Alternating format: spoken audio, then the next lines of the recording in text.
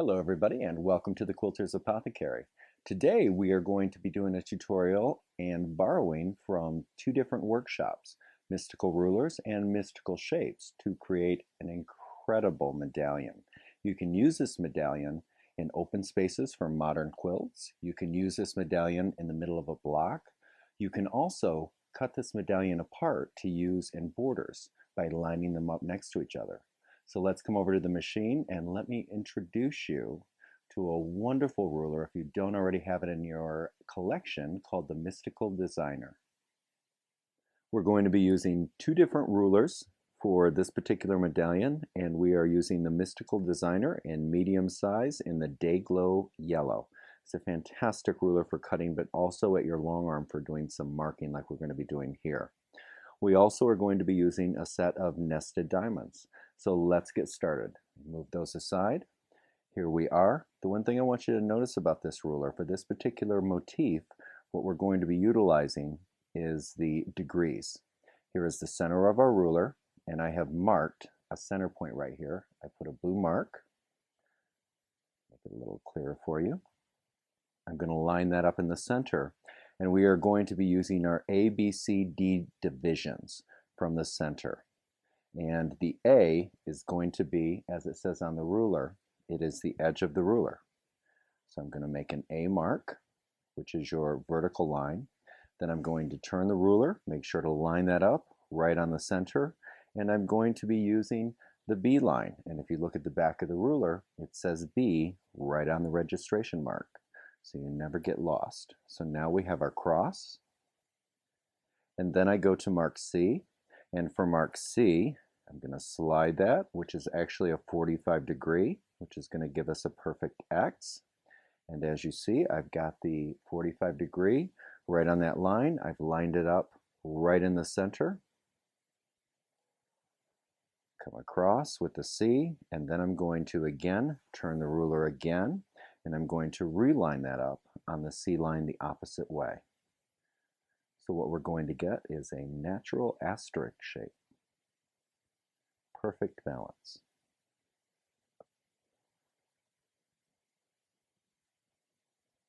Now we also have marks D, E, F, and I believe G as well. We can keep dividing this space until we get a complete division, even double what we have here. But for this particular design, this is all we're going to divide, right up to the C. We're now going to bring in our nested diamonds, and for the next portion of this design, we're actually going to mark it all out, and then we're going to subtract any of the lines that we don't want before we actually start quilting this. So I'm going to start with my nested diamonds, and I'm going to go with the smallest diamond in the set. I'm going to line that up right in the center. I make sure my vertical is lined up. I make sure my horizontal is lined up. And you want to make sure to get nested rulers like the ones on our site, which actually has the registration marks right in there. Makes it a lot more convenient and user-friendly. Over, so now I have the small one. And now it's a matter of being creative. And so I might turn this sideways, same size, and I'll line up that cross again. I'll line that way, make sure I've lined it this way, that way everything is lined up. I could throw in another small one right here. I won't go all the way because that would just be another drawn line that I would have to get rid of because I'm not actually going to use that line in my quilting. And again, this is one of those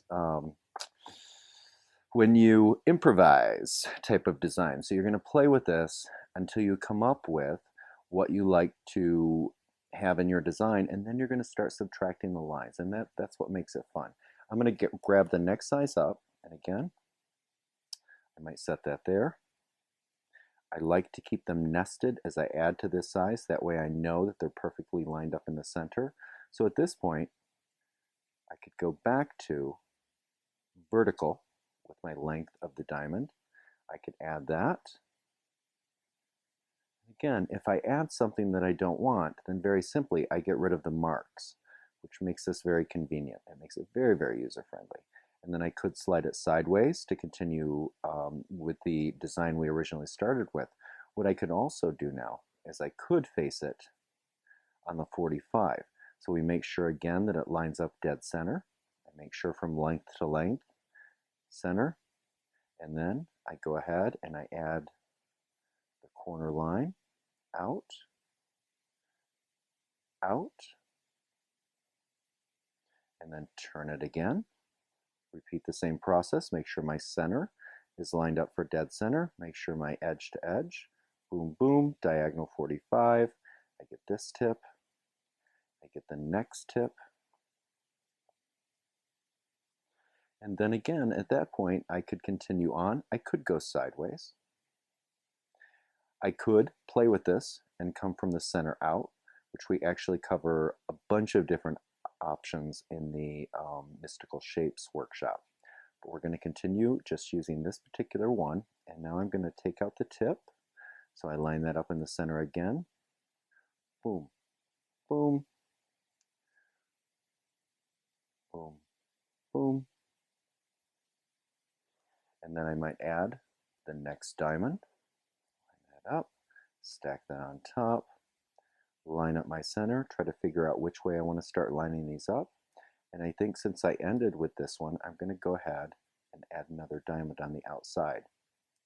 Once we get this all drawn out and start subtracting lines, then we get to go into the whole process of deciding which is positive space and which is negative space, especially after we quilt out all the main lines for this particular design. So now it's just a process of building this out as we go.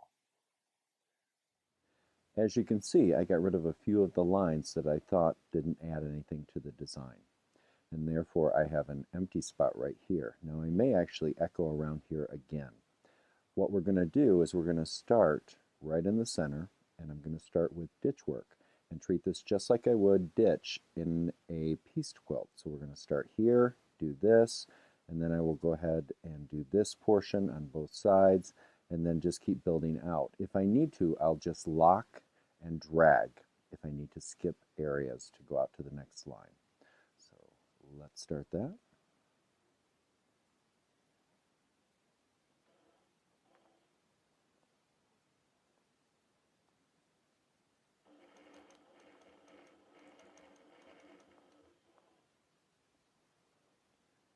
Get rid of my tail. I don't know why, but I've never been able to start quilting with a tail there. So I'm going to bring this over, line that up just like I would if it was a pieced ditch. And I am going to thicken this line a little bit. So once I get down to the bottom of the line, I'm going to go back up and back a few times as I work my way around. Therefore, I'm going to have a nice thick line to put my design in.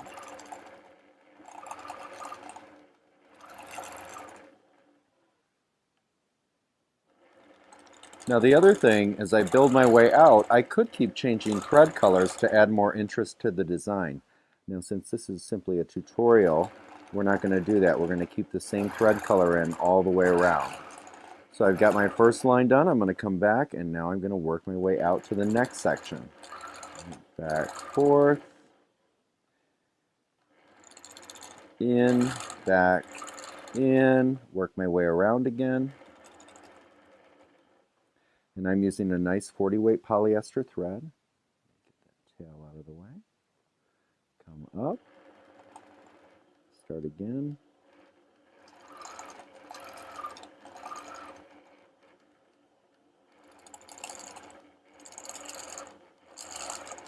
Now I'm just going to slide out here and continue building that out.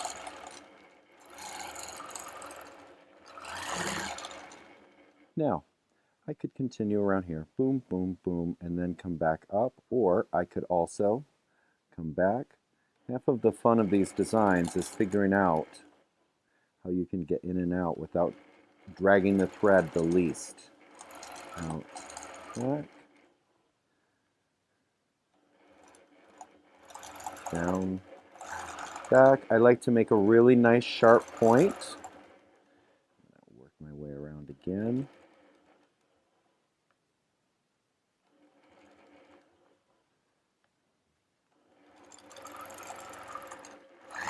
Out, back, down.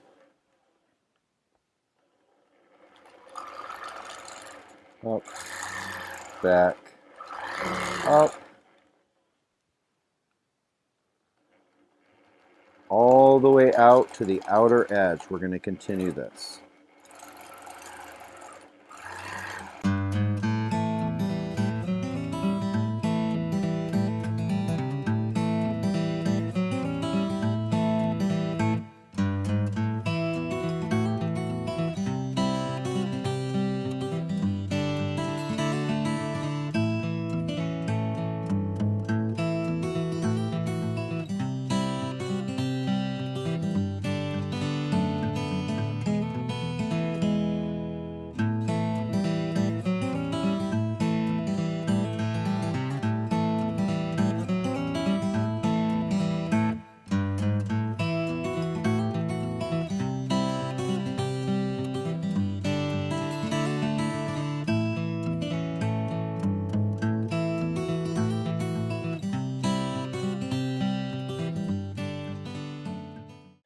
Now we've come all the way around, so now I have one more to do out here, but I'm going to just go ahead and drag the thread and lock on and then begin there. So I've dragged my thread. The one thing I don't want to do, and I'll actually do it here so you understand that, is when I drag thread, I don't drag further than where I'm going to lock, because then when I move back, I actually have excess of bobbin thread under the machine that could get caught. But I'm going to go ahead and do it anyways. Down, up, and just to make sure that I take that fullness away, I actually go ahead and re-drag and grab my bobbin thread and re-lock on.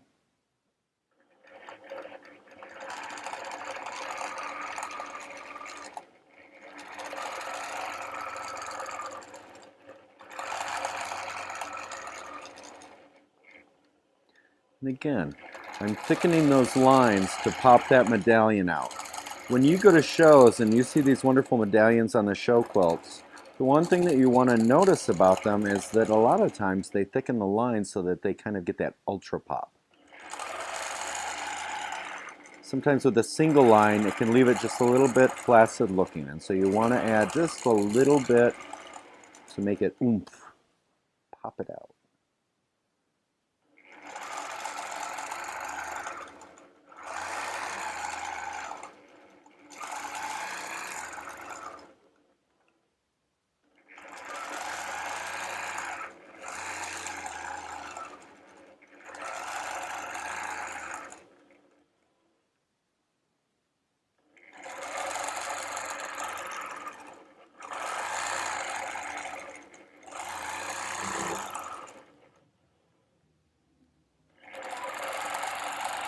Also notice as I'm coming around, sometimes I'm not going exactly on the line that I drew, but sometimes when I look at the line that I drew, initially I see that I'm a little bit off. Number one, because it was a little bit of a thicker pen.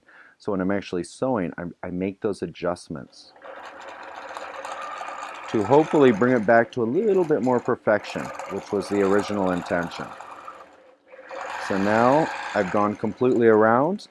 I'm going to pull the machine away, and I'm going to actually go ahead and use my Sew Clean and get rid of my blue marks. Then we'll have a blank medallion to actually go in and figure out what we're going to fill and what we're going to leave blank.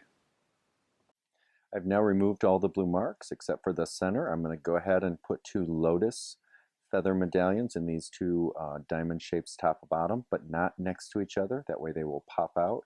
And then we'll start doing our relief quilting, positive and negative space.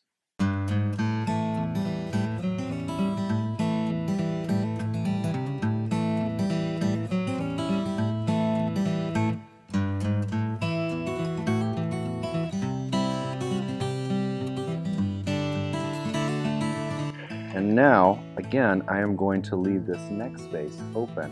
So what I'm going to do now is slide out to these cornerstones and do the same thing.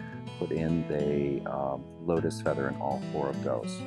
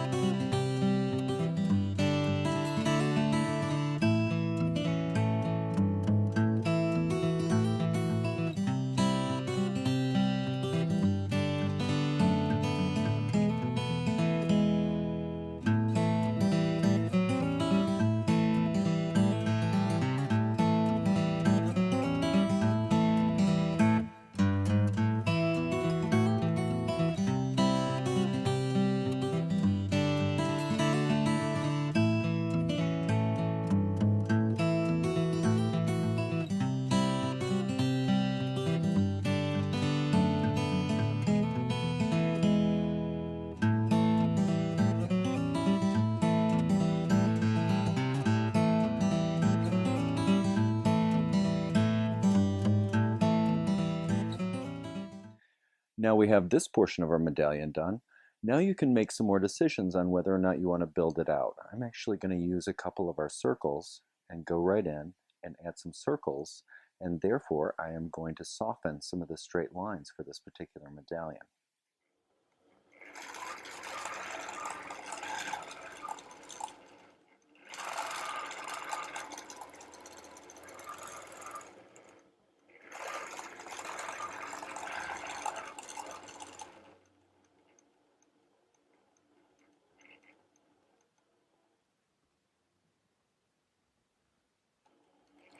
Lock my stitches, continue around, thicken my line so it pops,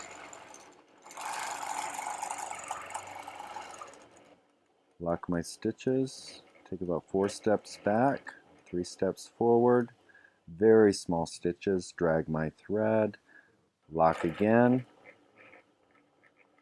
and small stitches, come around,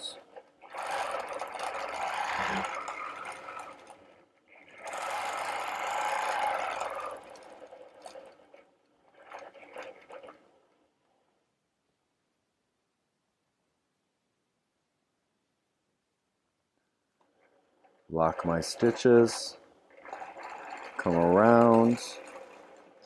Again, the handle is helping me keep some leverage on the machine, so therefore I'm not going to slide the ruler.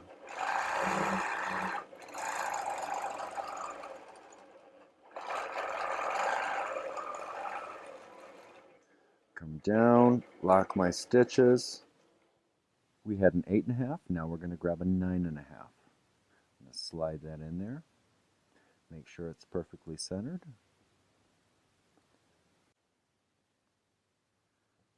Slide, drag, lock,